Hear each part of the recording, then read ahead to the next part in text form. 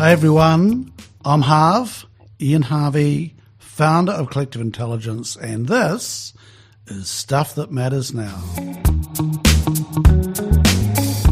Okay, so we are now live, and I'm in Taranaki in New Plymouth today. It's a beautiful day here, stunning drive up, going past the mountain, and I hadn't seen Taranaki before like that with the snow. It's just stunning. Little bits of snow in the valleys, and I'm up here talking to Liana Poutu. Good morning, Liana. Good morning, Harv. I haven't seen Liana for a wee while. It's just we've been chatting about kids and stuff like that, and now we've got to be serious, Liana, because this is a podcast. We'll try. Okay. And look, Liana, I'm really interested in the conversation today because there's been some stuff going on in Taranaki with Maori, and you guys have been naughty, you've been blocking roads and upsetting people, and I'd love to get to understand that more, and I'm really interested in the work you're doing here now. So let's just jump straight in, okay, and just go for the little piece of not go for news. The jugular without let's just do it. Let's just do it, and then we'll be nice and go, what have you guys been up to up here?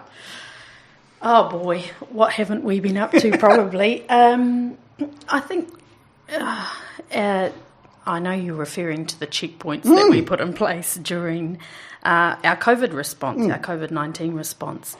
And this is just one aspect of it. And when we went from level 4 to level 3, we were really concerned in Taranaki because we had low testing levels or testing rates, and specifically within vulnerable communities, so our Māori communities that have high health needs, high kaumātua, residency. And so we had low levels of testing, as well as low cases, obviously, but we sort of correlated that and thought actually low cases might just be a result of low testing numbers. And we couldn't be sure. So when we went to level 3, we decided actually we need to understand, we need to try and protect our communities until we have better information in terms of what our communities are looking like. And so the opportunity to establish checkpoints, and they were exactly that, checkpoints. They weren't road closures. I heard a lot of media about, they're closing off the roads to Taranaki. That wasn't the case at all. It was simply checkpoints. And we were asking people genuinely where they were travelling from and why. So, and where they had come from. And what we found, we had 2 checkpoints in the north, one in the south, and then we had a roving police patrol in the east. 67% of travellers from the south were from out of town. 32% of travellers from the north were from out of town. Some of them were tourists in camper vans, had been away for the long weekend and were coming home. So it was fascinating. And the idea was to understand actually what's the level of interregional travel. And how are we going to trace these people? So you would have picked up a whole lot of data that nobody else would have had. Yeah. So what are the local, so you said you had a police roving thing? Yeah. So they were working with you? Yeah, so we established, and they weren't, I said this to some of the media reporters that contacted me, and I said, look, these aren't chuck up, put some barrels across the road with a Tino Rangatira flag in them, stopping cars. We had to submit transport, traffic management plans. We got a NZTA approval for them. We had a health and safety plan. We had the extra COVID-19, plans in place. So they weren't just throw together checkpoints. Right. They'd been well planned. Right. And actually, people were I've got an auntie that I brought to my whare to isolate with, because she's 74 years old, travelling around the country in a camper van. I said, you're not isolating in your camper van on your own. Get out to our house. So she came to our house, but she's an avid talkback radio listener. All right. So she was filling me in on everyone moaning about these checkpoints and stopping people and gangs and black power on the checkpoints. Yeah. I was like, that totally wasn't what our checkpoints were about. And she said, but everyone's saying they're not legal, And just for people's information, we'll get into soon, dig into who Liana Poutu is. But Liana, you were a lawyer by trade. Yep, in my past life. In your past life, when you were naughty. Look, I hadn't heard about the checkpoints until last night, and it was from a couple of young white fellas. One was my son, and they were what's the word? Disparaging is not quite the right word, but they were a bit cautious about what the bloody Maoris up to. Yeah. And I mean, people were arguing that they were illegal checkpoints, right. That you can't, unless police are at the checkpoints, you can't stop them. And I said to some people that had that view, I said, well, for example, here in Taranaki, we have the Americana Festival, the American, cars that come in and they travel around. We've got the WOMAD Festival, World of Music, Arts and Dance, and those roads are closed for those events. Police aren't on those. Right. There are road closures all over the place where police aren't present. Doesn't make them illegal. That, just on WOMAD, man, that was so lucky, because that was just before the lockdown. It was. They shouldn't have run that event. I don't think it was just like... That, it was just so lucky they didn't have massive outbreaks from that. Yeah, I think it was a part of luck, but also taking advice, the government directives at that time were that, those events could go ahead with those. It moved pretty quick, It moved pretty quickly after that. And fair to say, too, that those that were involved in organising and attending, we were sitting waiting to see what might happen, and thankfully there wasn't a massive outbreak from those. But it wasn't that event went ahead, despite advice. It went ahead, based on the best advice available at the time in the government. Yeah, look, I've only been to WOMAD once, and I've got to say that, and that's a wee while ago, it was beautifully run. It was stunningly run. So, now going back to, protecting the whānau and so forth, that because we had another one of our members, Rihanna Manuel, was up in Coromandel, and she was manning the roads up there, right? Yeah. And, she made the point that, 1917 is not that long ago. We remember the mass graves, and we got decimated, and we're not going to have that again. And, that was very, very real. We took a really proactive approach too. So government advice, Ministry of Health advice was 70 plus in the vulnerable category. Yep. We took it back to 60 and said, because of health outcomes for our people, actually 70 is not low enough. Yep. And so everything that we did was 60 plus, regardless of what that government advice was. And actually, it wasn't about protecting just iwi. It was our communities. It was our region, and what one of the awesome things to come out of the checkpoints is that non-Māori were volunteering and standing on those checkpoints with us. So it wasn't just iwi flag waving with the police next to them. We had community members that were like, actually, I believe in what you're doing to protect our communities. I'm gonna come and stand with you. But that news doesn't sell. Yeah, well, of course, because that's a good news story. That's the good news. Fascinating, eh? Yeah. Yeah, fascinating. So, and Liana, this point you make about you went back to 60 rather than 70 is that unfortunately in New Zealand, the health of Māori is just so bad. And it's I don't think it's understood by enough people. And a good friend of my wife's to do PhD looking at the health of Māori, and was just we went on, she became a professor, and we went along to her, whatever they call it when she becomes a thing. And it was fascinating to see the waiata and the emotion from Māori who were there on this research. And it was an eye-opener for me because her name's Dr. Diana Safati, and she gave this wonderful presentation talking about Māori health. And it's just like, it's just so bad, you know. And it's, I've written about this, that the likes of you and Che and Ruria and different people have opened my eyes to what it's really like for Māori. And the impact of colonisation and the intergenerational trauma and all that stuff is a big deal. Yeah, big deal. And I think, you know, you were talking about, you know, the memories of the influenza pandemic, and that's in the living memories of our kaumātua. Yeah. So, you know, they were scared themselves. Yeah. Many of them were scared themselves because the impact of the influenza pandemic was in their living memory. Yeah. And, you know, many of them, you know, didn't grow up with grandparents or parents because of that. Yeah.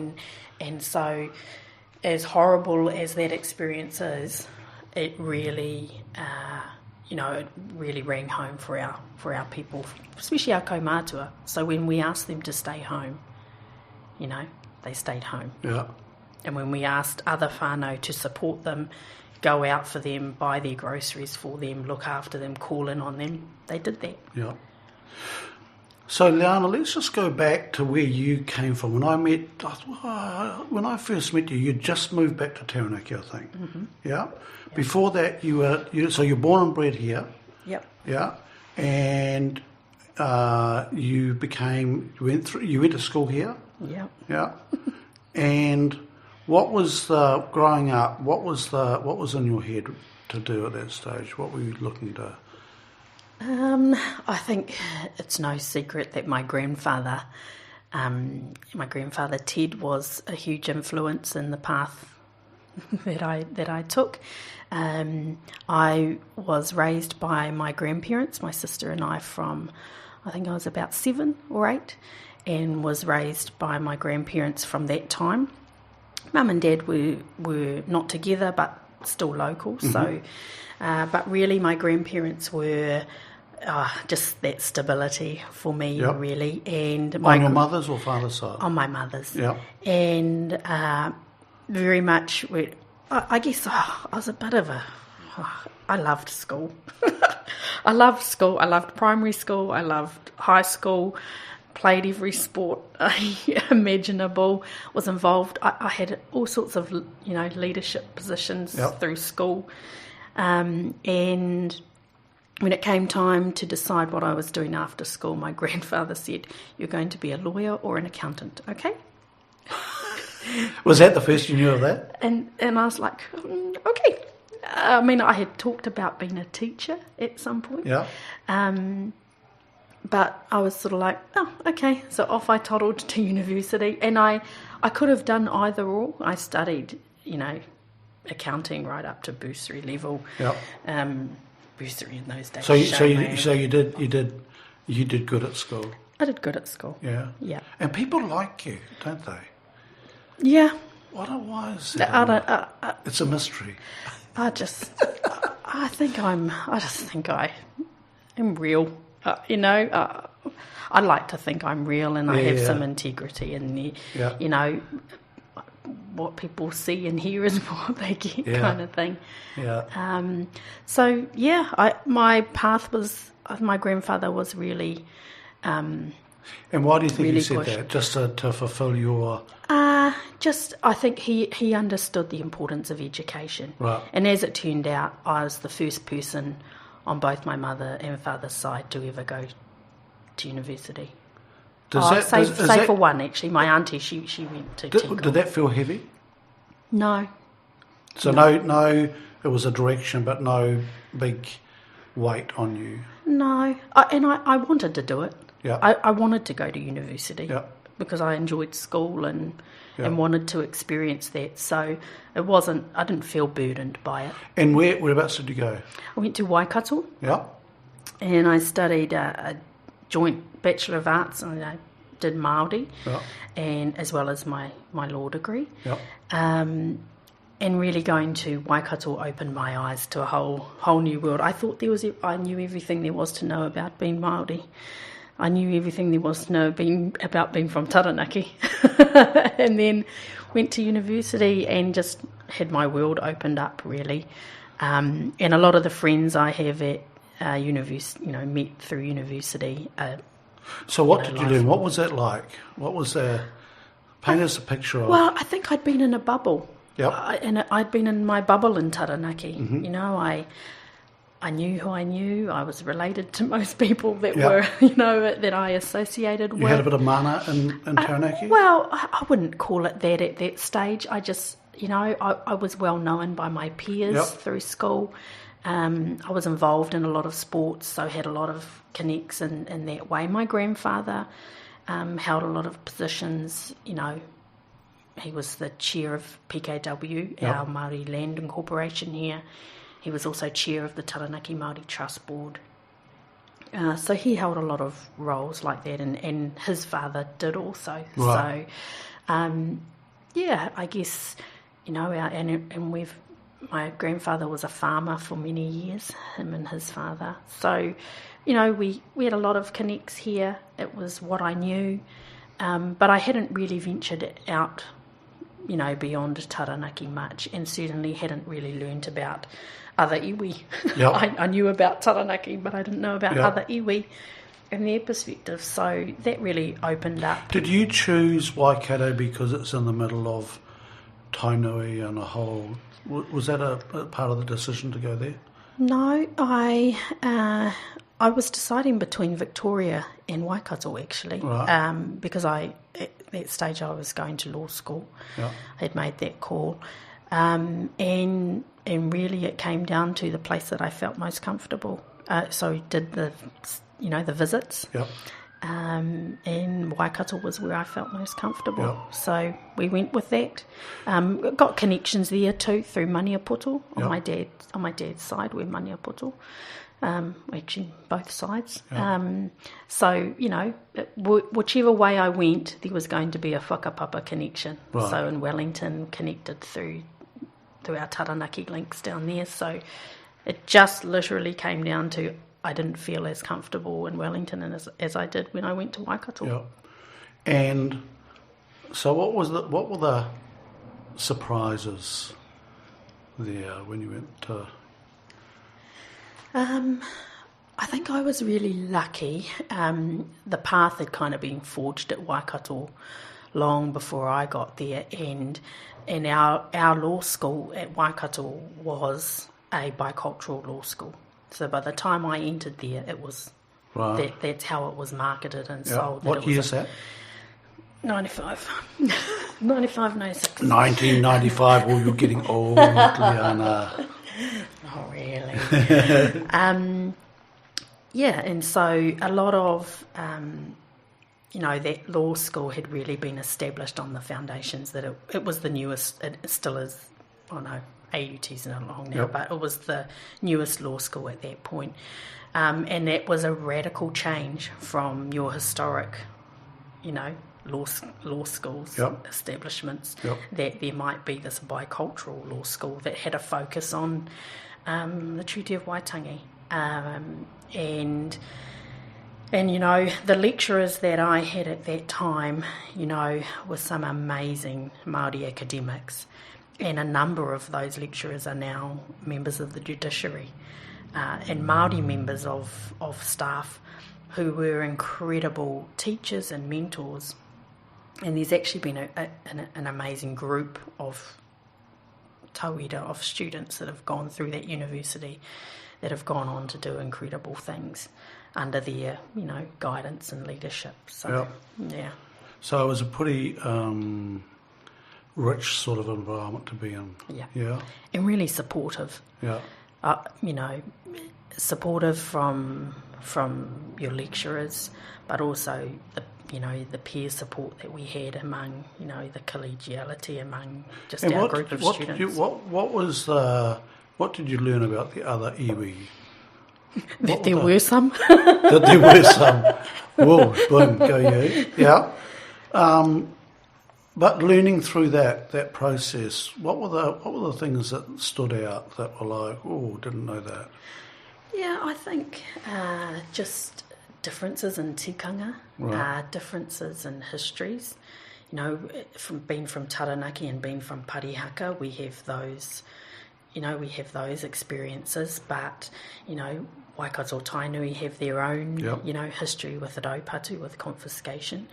And so it was just an opening into other iwi that yep. I had never, really been exposed to. And I think most of my experiences came through my friends right. at law school. We got to travel to there. Yep. Where they were from, yep. got to go to their marae, yep. learn about, those areas, and that was really eye-opening for me. And I think too, that really, being at Waikato Law School at that time, just really opened my eyes to Treaty of Waitangi issues. I was still a school kid when our tribunal hearings were going through here in Taranaki. And it just really opened my eyes to what that meant, what that document meant to us and our people, and sort of always constantly searching for ways forward in terms of how to really entrench the treaty as a part of who we are as Aotearoa New Zealand, and that it not be something that just sits out of reach. And when you say that, you are including Pākehā in that in that whole process, right? Of course. Yeah. No, you say of course. You say of course, but a lot of people don't get that, right? Because there is still out there this mistrust of what are Māori up to, when are the settlements ever going to finish. Yeah. There is a huge amount of ignorance out there of, when are you beggars going to stop, wanting handouts and all this sort of carry on, right? So when you say, of course, I'm going, no, it's not of course, at all. Yeah. I get that. Yeah. I get that. And I guess if I think about my contemporaries, my friends, and those of us that work in this, in what we call the treaty space, certainly our view is that.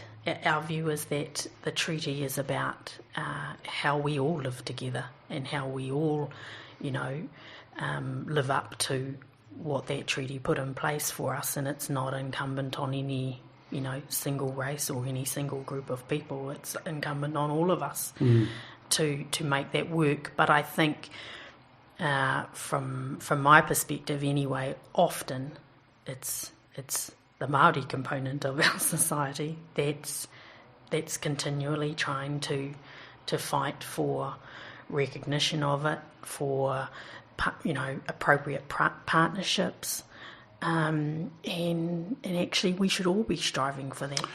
I'm seeing an emergence, Liana, in Pākehā. More and more people are aware, and more people understand. Yeah, and. It's going to be interesting with history being taught, New Zealand history being taught in schools. Yeah. Can you imagine some of the conversations back home of kids coming back, 13, 14, 15-year-olds coming back and having conversations around the dinner table, that information that their parents have never heard before? Yeah. It's going to be fascinating. It'll be fascinating. And you think, how long has it taken? Because one of the most beneficial things for me of beginning collective intelligence was my learning of New Zealand history. Because it was like, seriously, I remember, listening to you guys and I'm going, I've got no idea what they're talking about. And, I had to go off and did some courses and history stuff in order and there's some wonderful stuff out there, right, to learn, but just going, had no idea. You know, I thought Haere Hiki was just a cheeky Maori. That's what we were taught at school. He cut down the flagpole, right? Yeah. Didn't know he was the first chief to actually sign the treaty, right? Never taught us that. You know, you go, he cut down the flagpole because he was pissed off because the Pākehā hadn't honoured it. It's a whole different narrative, It's right? a different narrative, isn't it? Yeah. You know? Yeah. And the wonderful thing that, you know, one of the courses I did was run by an Irish guy, you know, and he gave the perspective of what was going on around the world. So it wasn't just about New Zealand, it was what was going on around the world at the time and so forth as well.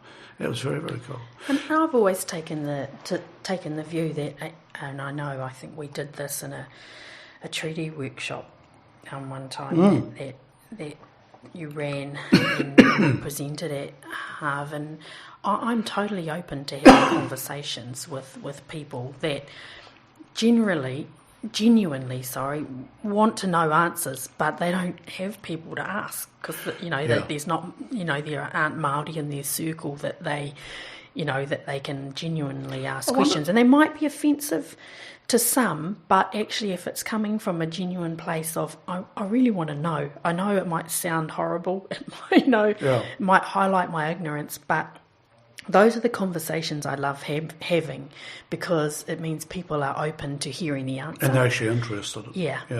So just because I've thought we should do that again at some stage because it was, and to frame it up, it was we entitled it How to Engage with Māori in Business, right? Mm-hmm. And it was fascinating seeing, and there was you and Ruri Tikanawa and Che Wilson and Esther Tinarau. Tracy Haupapa. And Tracy Haupapa came at the beginning. And I remember, so I facilitated that, and I remember saying, okay, so with these guys up here, you cannot offend them. You can ask anything. Don't hold back. Don't worry about, getting it right or wrong. Nobody's going to be offended here. And one guy sort of immediately puts up his hand and goes, I want to know about these bloody treaty settlements when it's going to... Do you remember that? And I went, okay, Liana, that's you. And, you did a stunning job of just talking them through where the treaty settlements were going. And watching this guy just go, holy shit, I had no idea of the process, how long it takes, how little Māori get in the settlements compared to what they're owed. And it takes so much blood, sweat and tears, and to see that energy just disappear in that room, I went, cool, so we've got that out of the way, what next? But we had to burst that bubble first before anybody could engage.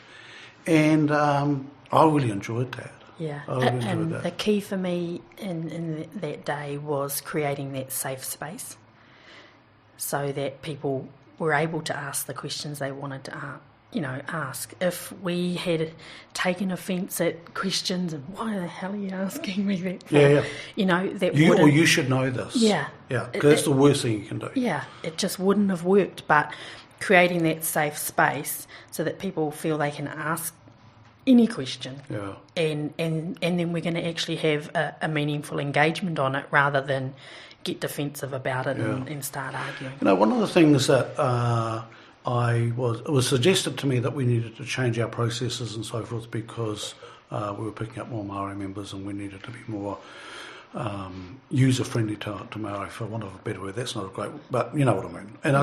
And Che said, no, you don't. He said it's easy for us. They're small groups, and we'll bring our culture in when we feel like, and we'll activate and we'll do what we want, and you give us a space to do that, and I'm cool. That's all we need.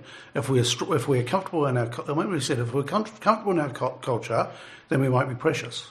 And that's really stuck with me because I have seen people from time to time who are just grasping on this a little bit edgy. Yeah. And look, I talked about Rihanna Manuel before. I was in a session and she said at the end of the second day with the feedback process, and she said, can we use the Matariki constellation as a framework for giving feedback? And I wasn't facilitating, somebody else was facilitating, and Sue Johnson, no, she went, look, I don't know what that means, but hey, you've got the floor, go for it, right? And she didn't need to confer with me, she just, and we were each given a star to give the feedback from the point from the star, right? man, it was just added so much more depth, emotion, speaking from the start. So Liana helped us with, it's cool. It was just beautiful, right? Yeah. And now we're not going to do that every time because we couldn't do it authentically because we don't have the depth that Rihanna had to deliver that, right? It's just you've got to have that depth to actually do that. But it was, and everybody in the room was just because that's what I noticed when Pākehā are relaxed and feel safe and not judged and all that sort of stuff, they love the Maori culture. Fascinating. Yeah. Even through, if I just reflect on the lockdown period we've had, and I guess I've had a lot of time to personally reflect on a whole lot of stuff. And one of the things that I'm working really hard on is not judging.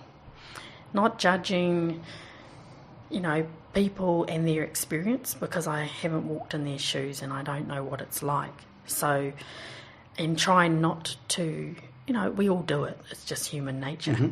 We see someone, we go, oh, what the hell? Yep. What are they doing? And it's a safety thing. We do it to keep safe and alive and all that sort of stuff. Yeah. Right? So really trying to be really conscious of that when I'm in a position where I'm judging someone, to really just step back and say, actually, I have no idea what their experience is or what they've got their view, and their view is their view. Does it impact on me? If not, it's okay that they have that view. Yep. One of my favourite quotes, and it comes from an Indian philosopher. I'll try and remember his name soon. I can't remember his name. But the quote is to observe without judgment is the highest form of intelligence. And it's something I aspire to. I'm not very good at it.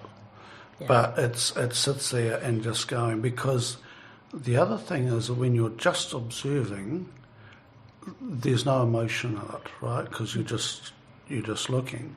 You're judging when you're starting to, the heartbeat goes up or whatever, and it goes, But, and it stuck with me. I love that quote. It's one of my favourite quotes, right? Just to observe. And every now and then I say to somebody, they'll be going, I said, what did you observe?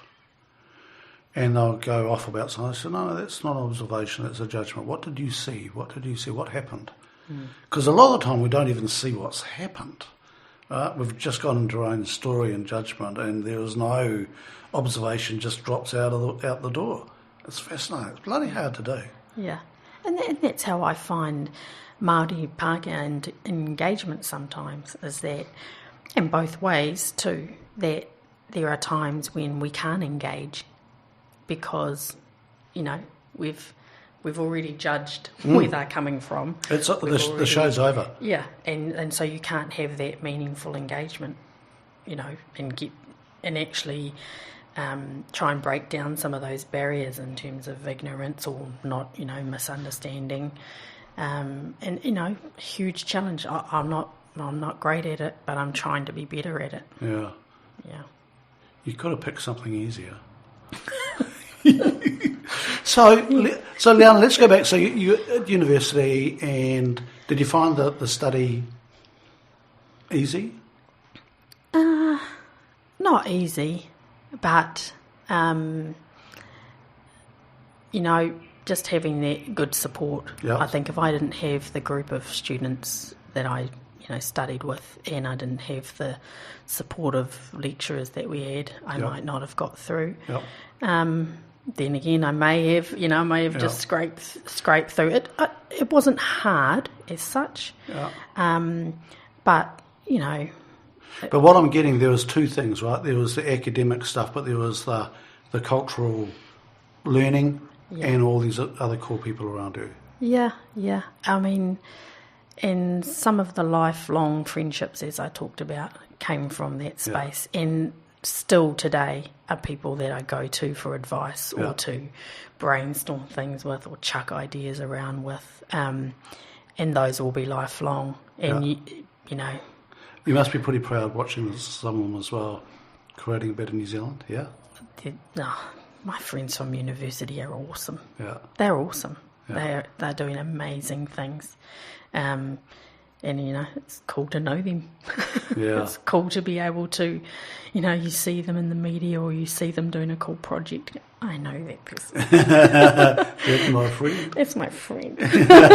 Very proud of that friend over there. It is. I've got a friend today up in Auckland, I'm not allowed to say, but she's being filmed today for a launch of a new thing, and it'll be in the media in the next few weeks, and I'm just so proud of what she's created. And it's come from, she's been trying for 6 years to create this thing, and now with the COVID thing, it's like everybody starts listening, and I'm just going, man, I am so proud of you, and just going, go you, and it's just, it's been really hard work, and I'm just going, and I'm not going to say a name or anything, but because she doesn't listen to these podcasts anyway. But fair enough. But yeah, it's you sit there and just go, wow, because we forget that it's just done from a whole lot of hard work and years of hard work. Yeah. I mean, I think for me, I think my grandfather had expectations of me. I didn't feel burdened by them, as we talked about before. But, being one of the first grandkids to go through university on both sides was, well, actually, none of my parents were there. It was, that was pretty proud moment to be able to do that for my whānau and know that it was, my cousins could see that and know that it was cool for them to do that too. And it was possible. It was possible. So what was graduation like? Graduation was pretty cool. We had our close group of friends. We all had taonga made. We all had taonga that was sort of matching taonga made up for us for that day. But I had grandparents there. My grandmother that raised me had passed the year before I graduated. But, my mum and dad were together on that day with my sister and I, and they hadn't really been in the same room or same space for some years. So that was pretty cool. That was really, really special to have our family together. Yeah. And to not have dramas. There were no mum and dad dramas on that day. It was just, being together for this. So that was really cool for me. And having my grandparents there. Yep. Yeah. Yeah. That was the best thing. Yeah. Do we want to talk about the lawyer years? Only that, I practiced in a big corporate law firm. Did a number of years in a big corporate law firm, but I think one of the people that I worked under, Martin Dawson, was a lawyer who he was an incredible man, an incredible legal mind, who was a Pākehā man, but just had this passion for justice, and so he acted for a lot of Māori clients, and he was just so incredible as a mentor. In my first ever, legal practice job. Yep. And he was just out of the box all the time, in a big corporate law firm acting for Māori and treaty settlements, But under him I got to work and do some Waitangi Tribunal work. Uh-huh. I got to do some work with Sir Graham Latimer on some of the New Zealand Māori Council cases. The Foreshore Seabed case was done at that time. The establishment of Māori television. So I got to be involved in some really cool Māori legal things at that time, thanks to Martin. And he really opened my eyes to what was possible in terms of working for and with our people, and so he kind of put me on that path. He passed while he was still in practice, and we were still practicing together. And not long after that, I moved to a small boutique Māori law firm, which was a heaps better fit, really. And they enabled my return home. So did you move out of that company because with the guy Dawson dying that you didn't feel as comfortable in there? I think it was more, if I'm being honest, there were a lot of the work that I wanted to do wasn't possible within a corporate law firm because I wanted to act for Māori. Yep. And often Māori were on the opposite side of the corporates. Right. And there were conflicts of interest all the time, so we were having to give, refer clients on, and I just wasn't okay with that. Yep. And it wasn't any animosity towards the firm, it's just how it was. And, I had some outstanding training with them, and, I am grateful for that experience too, because that just enriched the work that I do now, because I had a different, perspective on how things worked and ticked over, and so there wasn't any animosity in terms of leaving there. And the small boutique company was at Wellington as well? Yeah, Kahui Legal, and I say that proudly because they are an incredible firm. So they were formerly the Wellington office of Walters Williams, which obviously Justice Joe Williams helped found, and so they're just incredible lawyers, incredible people, all of them. What makes them incredible? They're incredible because the passion that they have for the work that they do, and going above and beyond to ensure that Māori rights are recognised and secured in whatever way possible, but also, enabling Māori, commercial aspirations as well. So they are, in the main, they are all Māori practitioners, and they support that. They support Māori graduates coming through. Because Māori graduates don't always, get into the summer clerk, law clerk, programs that we have, or that the big law firms have. Because? Well, I think, I don't think there's any particular reason, and I say that because I know some of my friends from Waikato University got through the summer clerk, law clerk program. But, when there's 60 positions available and 800 applications... Right. It's difficult, no matter where you're from. Yep.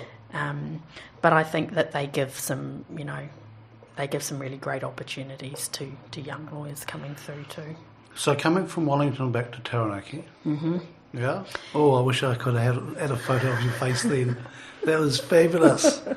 Yeah? Yeah. What does the face tell me? Oh, the face is just absolute happiness to be coming home. I always wanted to come home.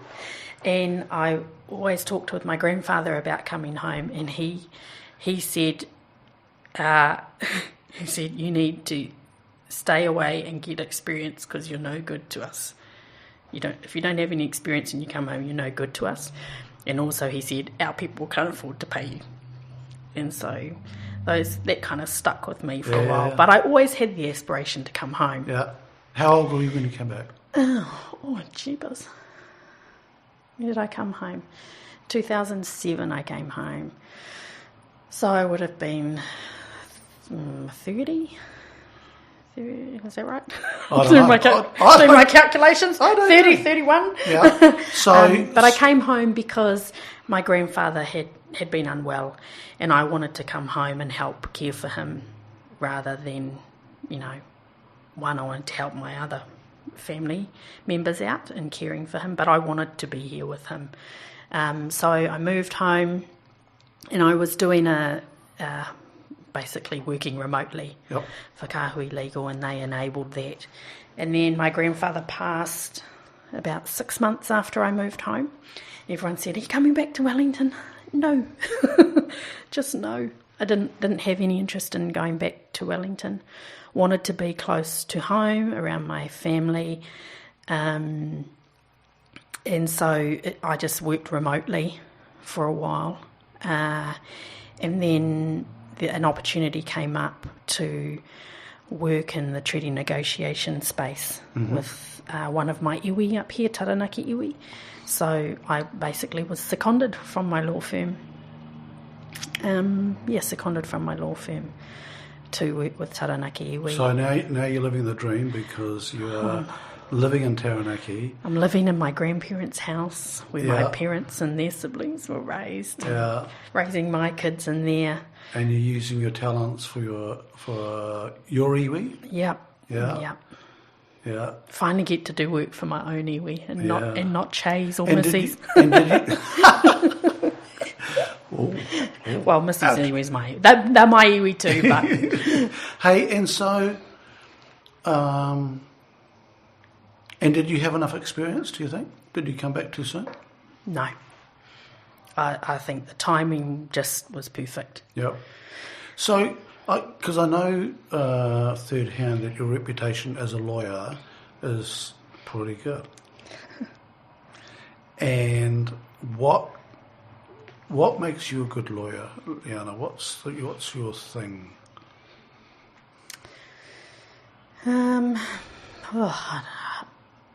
on. That's a hard question. Come on. I mean, I think for me, and this is no disrespect to others and their positions, this is just my personal view, is that the outcome for me is not about making a living out of being a lawyer. It's about representing people and giving them good advice and helping to get good outcomes.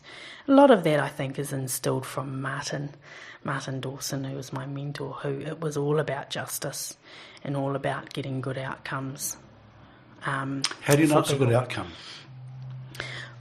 Well, it's a good outcome when there's a resolution of an issue.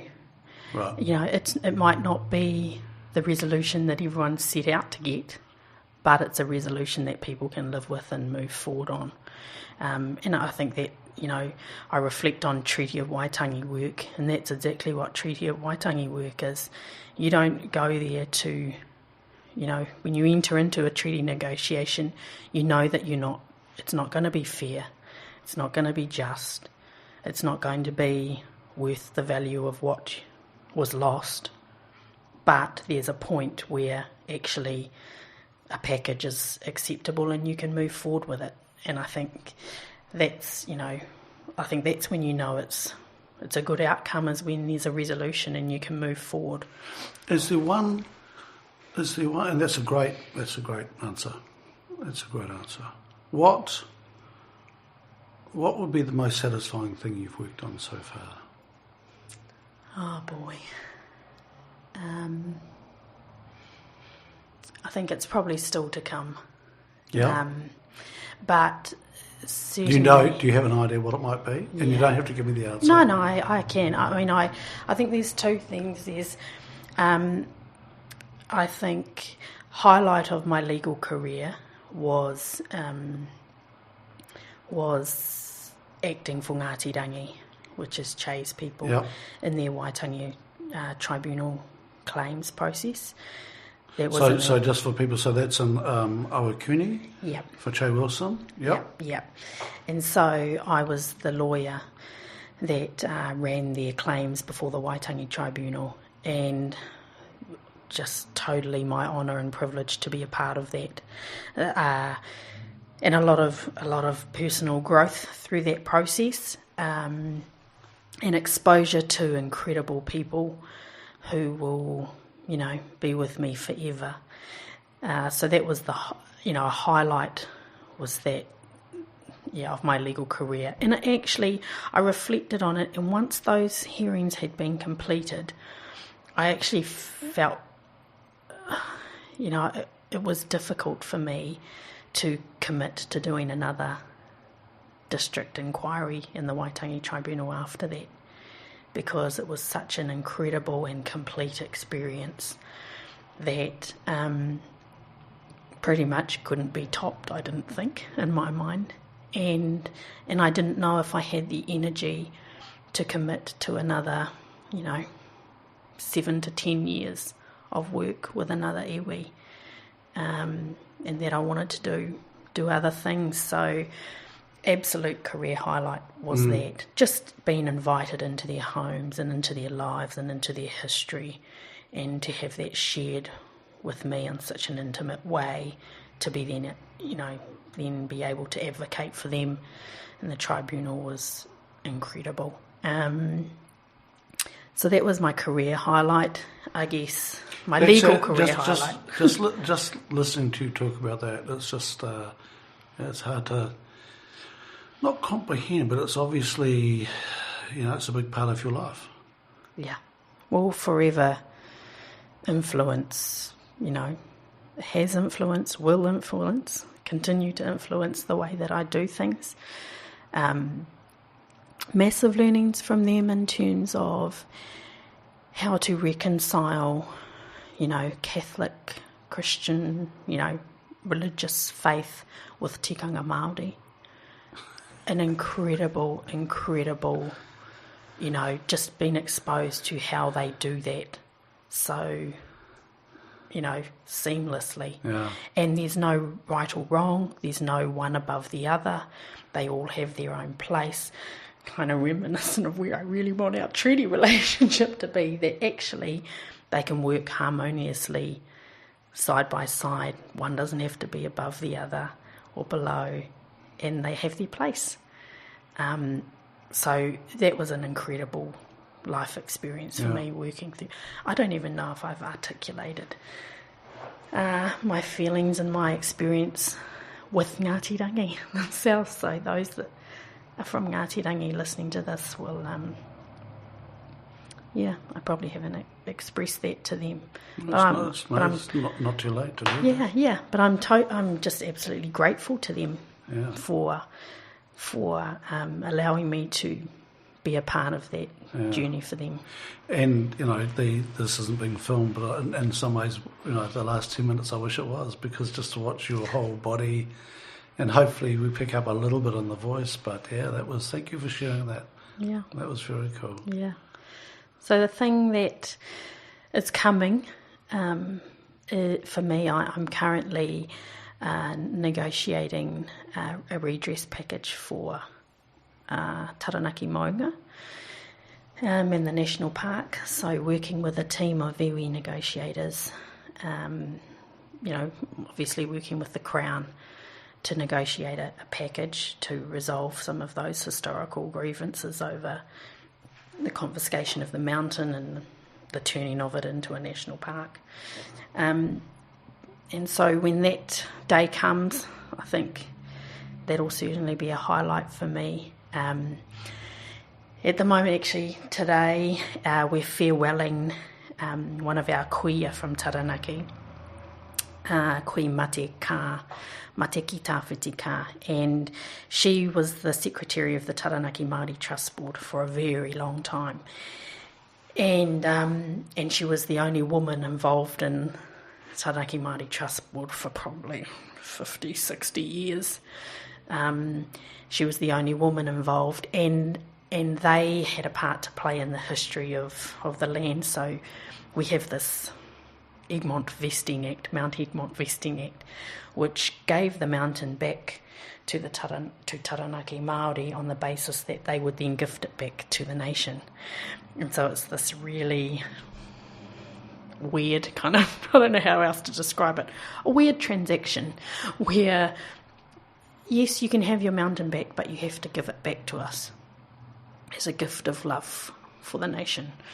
And what does that mean to you? Oh, it's just a slap in the face, really, that kind of transaction. But then again, I wasn't in the room negotiating. My great-grandfather was. My great-grandfather was the chair of the Taranaki Māori Trust Board at the time that transaction took place. There was a lot of people criticised. They were like, why'd you sign that? Why did you, And so the Trust Board has a long history in terms of the mountain, and I guess it's been a long-standing issue for Taranaki that the mountain's never really been, sorted. Yeah, it's a good word. Liana, how Pākehā work better with Māori? What do we need to do? I think it's taking time to understand us, taking time to, you don't have to be an expert in it, but just to understand the perspectives that we hold.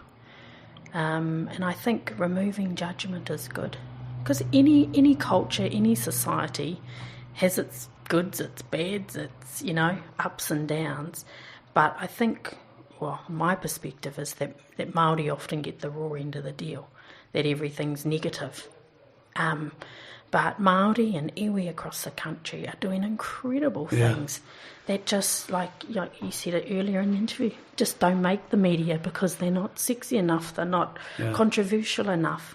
But there's incredible work being done that's really positive and really positive for communities, regardless of who lives in them. Yeah, and look, it's funny because I live in a world where I see and mix with and see a lot of that stuff going on, right? And a lot of Pākehā have got a whole different perspective because they see the negative press and the news. They, the jails are full of Māori, and don't understand why. It's just because you're bad, all that sort of stuff.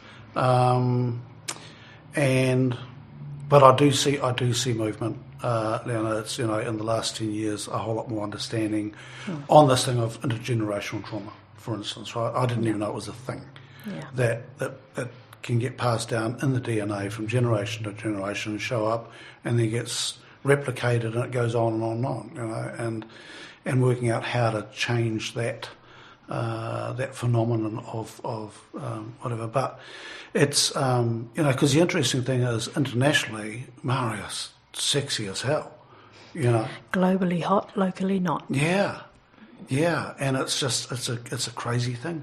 It's a crazy thing. And, it doesn't happen just with Māori either. It also happens with, say, the likes of Jacinda, right? Is that, people are shocked to know that not everybody loves her here. It's just like, you go, what? How could you not? You want to see the buffoons that we've got to put up with. But, but it's so, because I find this really interesting of what do we need to do to get a better relationship with Māori, right? And what are the fundamentals of the individuals need to do.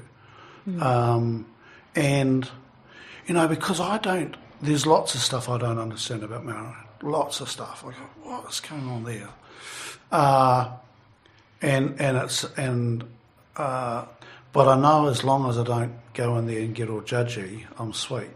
But if I start looking through my bloody white eyes at it, and go, that doesn't make sense. What are they doing?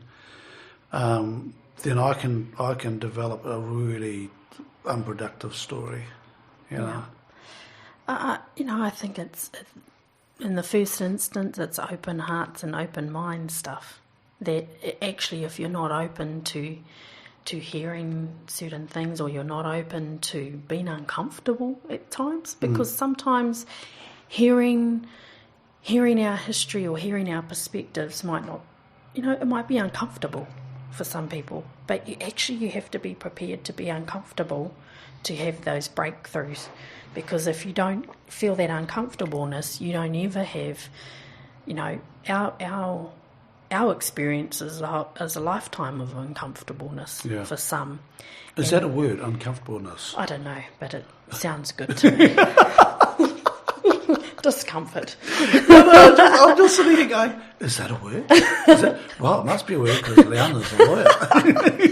I just make it up sometimes.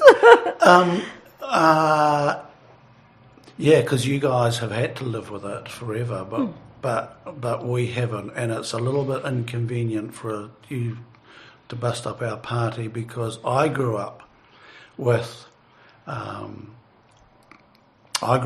being told that Māori were happy, and we've got a great relationship with Māori, and New Zealand's a place for the average man. That was something I was growing up with too. It's a great place for the average man. I mean, what the fuck does that mean? That's not what, and so to find out that Māori weren't happy, I was like, well, that's a bit inconvenient. You know, you're supposed to just keep on being happy. Yeah, and actually I reflect on, I have a Comanche mama, we call her Mama La Donna, and in Mama La Donna I was involved in a program, like a Māori ambassador program, and we would do exchanges with American Indians, you know, with their leadership groups, and we'd do other international trips. And I would, when I travel, I would be so inspired by things that people were doing that I'd be like, I'm going to do that. I want to do that. And I really struggled with that because I'd come home and my mind would be blown and I'd be wanting to do what I saw was going on. And I talked with Mama La Donna about this, and she said, actually, you don't want to do it. You're just really inspired by it. So take that inspiration and turn it into your own thing, your own good stuff that you're doing. And I think there's some parallels with, you know, with Māori Pākehā engagement too. You know, Pākehā come into our Māori space sometimes and they're like, wow, you know, that's incredible, that's great, I'm going to fight for you, I'm going to do what you know. Actually, we don't need you necessarily to get stuck in and do that. Sometimes there's a time for that. Actually, just go out and do some awesome shit elsewhere, you know, within your own communities and groups. And I think that's part of it too. Sometimes it's easier for Pākehā to have those tough conversations with Pākehā than it is for Māori to have them with Pākehā. And, you know, be up for those conversations, because you know, I know if I sit down with a table of Pākehā colleagues, the conversation's different if I'm there than when I'm not. Yep. And so that's a part of what, you know, what can we all do is have those challenging conversations. I was involved in a conversation a few years ago. We were in Edinburgh and we were at a dinner table, and there were some good Christian people there, and they were talking about shit that I just didn't agree with. And I won't say too much more, but I called them out. And Kate, my wife, was very proud of me afterwards because I didn't become a complete dick, which I'm prone to doing sometimes. You get very self-righteous and turn into a bloody ass, really.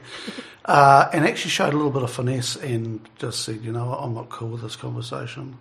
You know, and it was just like, well, I'll just let you know, we're from New Zealand and I don't like this racist conversation. And I felt really powerful because I hadn't become an ass. Yeah. I just called it. And you could see that. And then at the end I gave them all a hongy.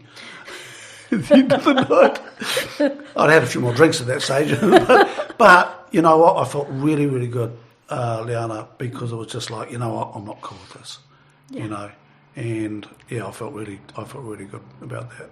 And it was, and could still stay in conversation with them, because in the past that sometimes it would be the end of the evening and I'd have to go home. So, Liana, just what I'd love to wrap up on is, there's another question. So you had a mayor up here in Taranaki, right? A white fellow. What was his name? Andrew Judd. And now I find that really interesting, right? So his intentions were to create Māori wards, is that right? Right? Yeah. And, he was very, I think he was very well-meaning. Yeah? Mm-hmm. What was it like for Māori, on the Māori side, having someone like Andrew Judd as mayor? I think he was a very empathetic mayor in terms of where we were coming from, and I congratulate him for the journey that he's been on, and he acknowledges this, that it was a personal journey for him in terms of his own learnings. Pākehā grew up in Taranaki, had no idea about the history of the Taranaki land wars or parihaka. I'd never heard of parihaka. Yeah. Yep. And so he went on this massive journey to learning about it. And, and he wasn't okay with what he was learning in terms of, his own reflection on his schooling and his upbringing and what was happening around him. And so I think the first thing is the whole Māori ward issue is an issue that comes up every 6 years. Every council has to determine when they create these wards. And so it wasn't actually Andrew Judd's decision to create the wards. The council voted majority in favour to create it. The issue that Andrew went on to, to really fight about, and he's still fighting for it, is the fact that the council made a decision to create a Māori ward, and then you get this public petition referendum process that can overturn the council decision on creating a Māori ward. But council can create any other kind of ward, so they can create the district wards and change those around, and the public referendum doesn't overturn that decision, but it does for the Māori ward. And so really the issue came out after that referendum process that council made a decision by majority, as we elect them to do, and then a public petition can overturn that. And it was really ugly. It was ugly for us because iwi hadn't asked for it. The council had decided to create the Māori ward, but we got all the backlash. Yeah, I remember the racism at that point was phenomenal. Yeah, and we hadn't asked for it. Yeah. And that's what was missing from the narrative. Actually, the council had voted for it. We didn't get a vote as iwi on that decision. And we certainly hadn't petitioned or, made deputations to the council, asking for it. But we got all the backlash. So it was horrendous. And his experience, the backlash towards him was horrendous too. He had threats almost every day. And he's continued that journey. I mean, we certainly, with Andrew, he took the time to understand our perspective. He came and sat with us on our marae to listen to what we had to say. And he didn't come there with an agenda to, put his view on people. He just simply came to sit and listen to what we were talking about. And so it's been a journey for him, and he acknowledges that, and he calls himself a recovering racist. Yeah.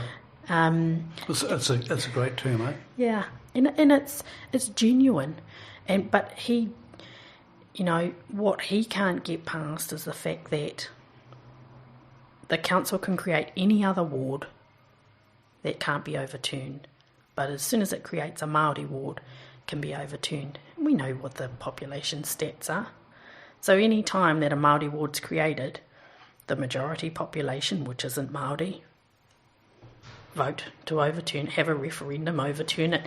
So actually you could never, Yeah. What would be the benefit of having a Māori ward?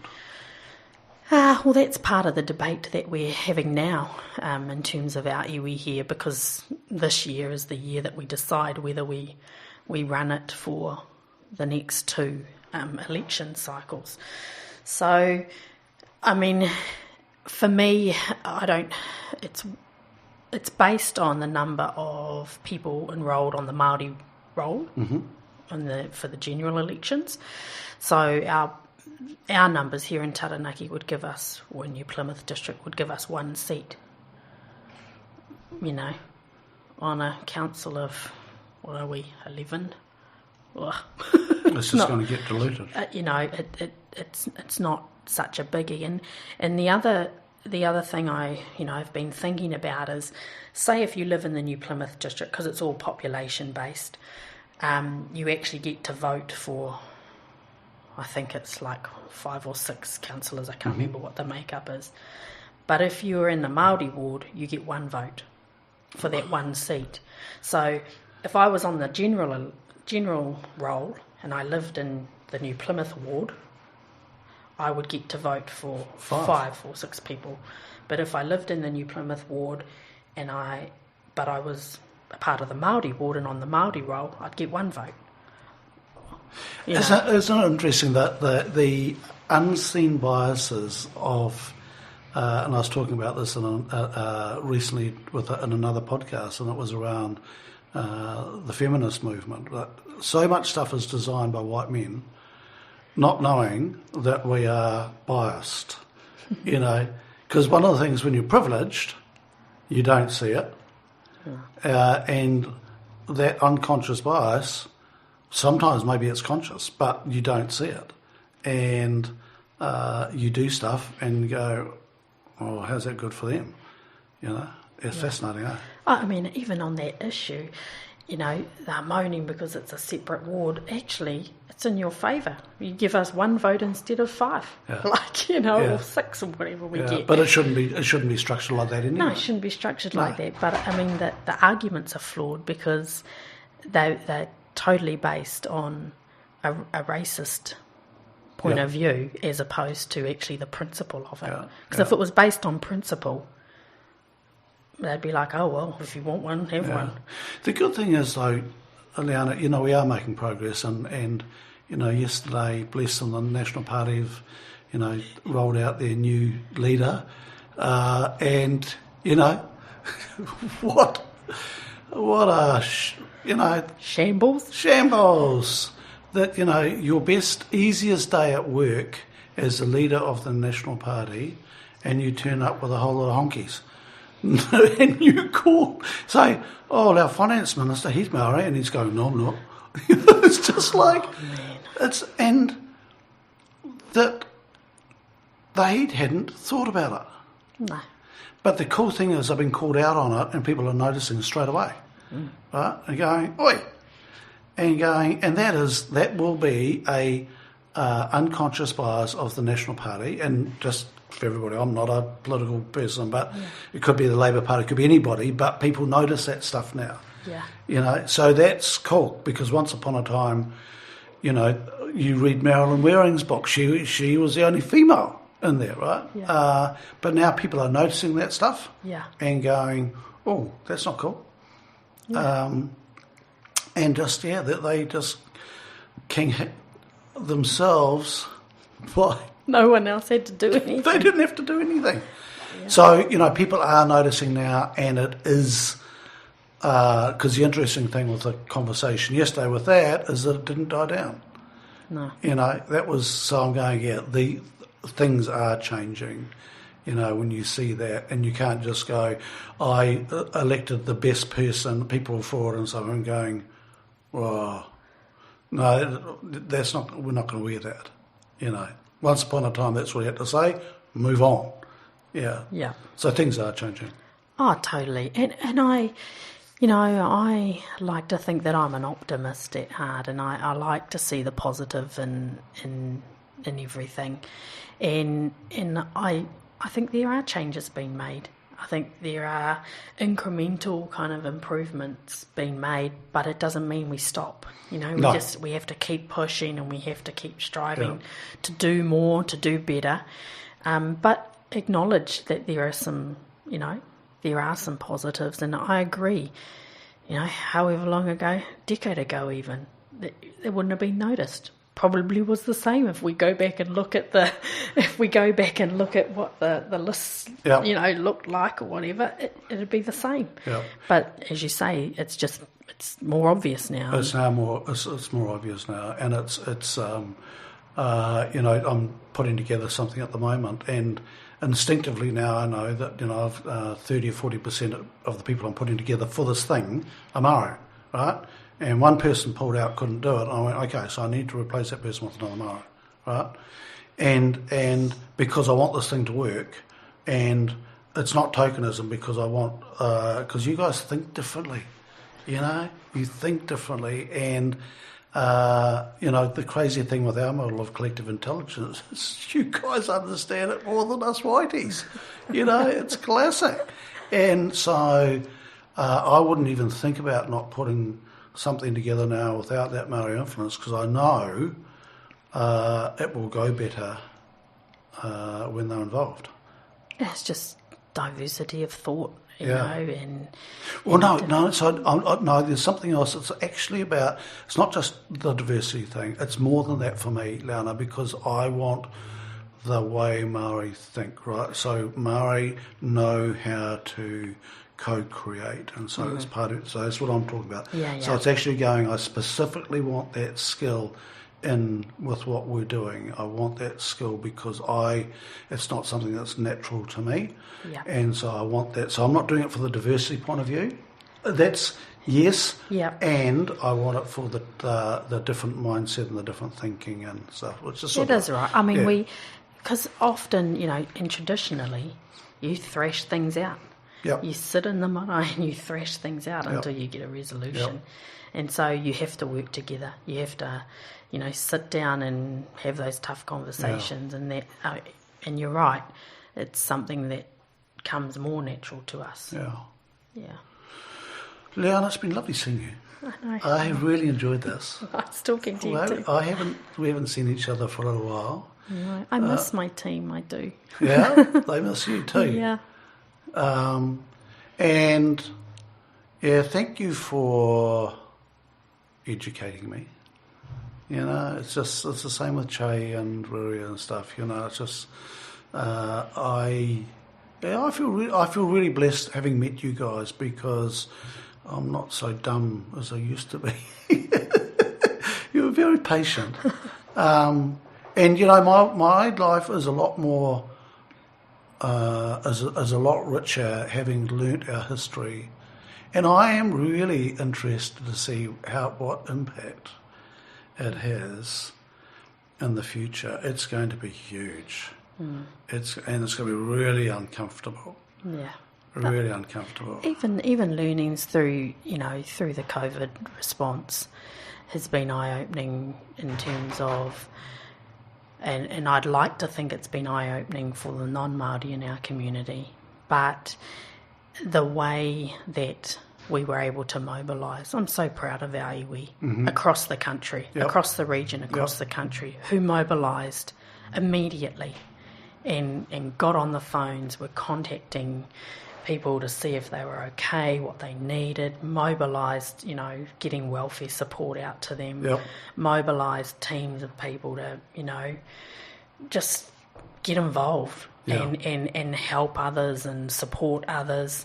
That was a pretty incredible process that we went through, and it was the same, you know, across the country where we were all learning how to deal with, you know, pandemic, but just the way iwi mobilised was incredible, and certainly here in Taranaki, I didn't see the non-Māori community mobilise as well, and actually, you know, I do want to say too that while we mobilised, we were supporting non-iwi members. And we're okay with that because that's our community. And I think where I really want us to get to in the future is getting away from the them and us stuff, because we can be so powerful together. You know, if we all worked together in our communities, we would have amazing outcomes. But there's still a little bit of them and us. You know, I think this teaching the history in schools, I think that's going to have a monstrous effect, Liana, because just understanding what you guys went through, what colonisation, what the impact of that is for you guys. I was totally ignorant, you know, just 15 years ago. You know, I was totally ignorant to it. And just understanding that, I think, is going to have a huge impact on New Zealand's culture going forward. I agree. Yeah. Should we finish that? Yeah, nice talking to you, Alan. Okay, mate. All right, Liana, thank you. You've just been listening to an episode of Stuff That Matters Now, brought to you by Collective Intelligence. I hope you enjoyed listening to the fun stuff, the rugged stuff, and the complete stuff-ups that have helped this particular Collective Intelligence member evolve while making the world a better place. Do check out our Stuff That Matters Now podcast series on your favourite podcast provider or visit our website www.collectiveintelligence.co.nz to get links to new episodes. Contact us if you want to learn more about how we can help you evolve yourself and others. Thanks for listening.